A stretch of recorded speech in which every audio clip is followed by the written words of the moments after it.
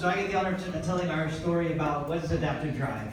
We're about trying to put people back in the driver's seat of their car and their life.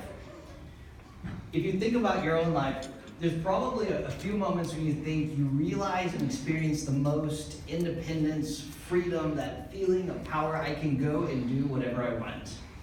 I can tell you, for me, that was probably when I got this, my driver's license.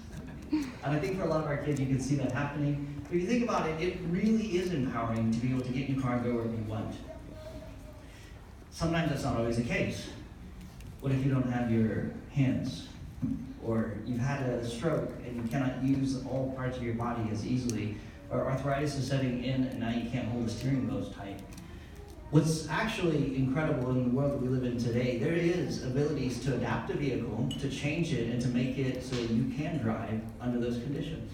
So our project has been actually recognizing that this is a possibility, but that there's a gap in our city, and there was a little bit of a barrier that was keeping people from being able to get that training, being able to get that vehicle, being able to get their mobility and freedom again. So Adaptive Drive is exactly that. Here you can see a picture on the screen that kind of shows an example of what could be an adapted vehicle. You have different equipment that you can put on it. It gives you that ability to use it under those different conditions. Perhaps you can't use one foot, so you have special pedals you can use for both feet or something like that.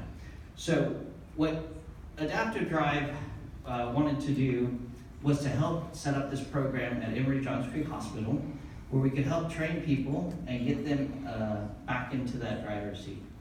So you go to the next slide. So what we said, and like I said, we discovered a little bit of a gap. So at Emory Johns Creek, they are able already to assess people and to show or give them that idea, can you get back into the driver's seat, even if you've had an accident or if you had an illness or something that has made it a little bit more difficult for you than normal. So they would be able to do an in-house assessment at the hospital. The challenge and the gap, and a little bit of the barrier that we discovered is that in order to actually get into a vehicle for training and further assessment and really hands-on work with it, you actually had to go all the way down into Atlanta. So there wasn't really a vehicle out here, and this was making it much more difficult for anyone in order to be able to be a part of that, or make it a little bit harder for them to be a part of that. The hospital has done some estimates, and they believe that there probably have close to 200 assessments that are needed every year in order to help people get back into that driver's seat. So our team came together and committed. We decided that we wanted to help remove this barrier, and we wanted to make it possible for people to drive again. So our objective has been to get a vehicle for the hospital, to fit it out with all the necessary equipment that you would need for an assessment and for driving and training. And this is what would enable somebody here in Johns Creek or in the surrounding area to be able to more easily to get that the training and assessment that they need. We estimated kind of on the low end, if we went at the minimum, we'd probably need about $25,000 in order to get this vehicle, to have it set up. On the high end, we thought we'd probably need around $41,000 and some change. So that included also, so like I said, we wanted to get the vehicle, we wanted to get it fit out. We also wanted to recognize the different companies and the different people that were going to contribute to it, so we wanted to put a wrapping and the logos on it, so that was one of their pieces in the budget. I will skip ahead a little bit and come and show you exactly what we did achieve. We got approximately $41,800 and some change in order to make that.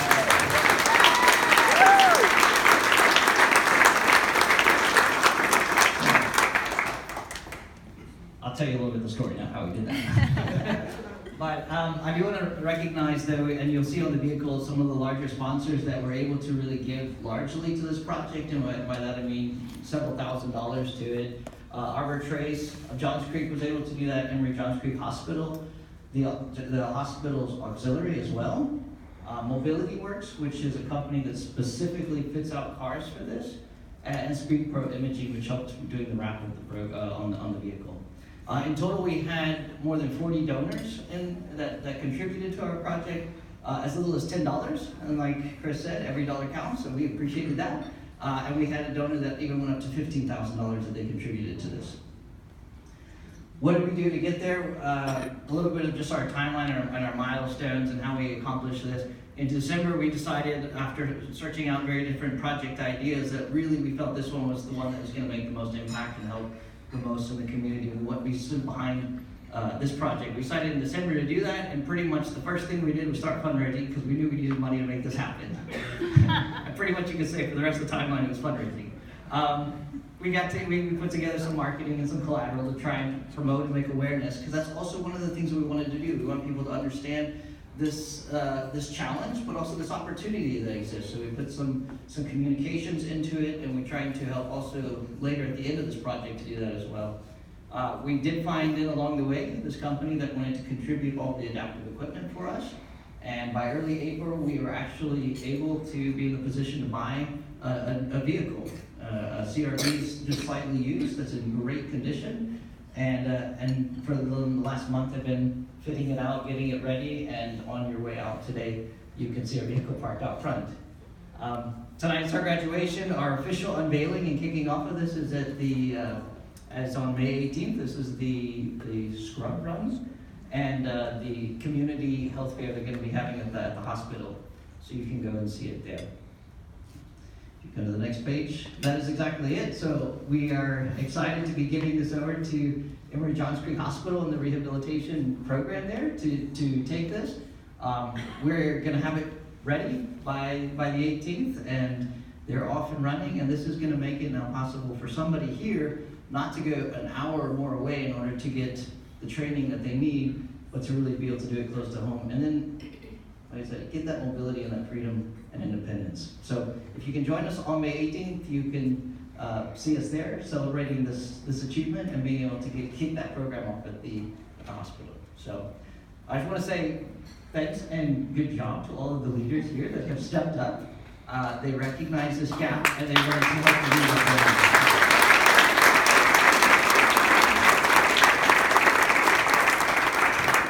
So last slide, you can see those amazing individuals.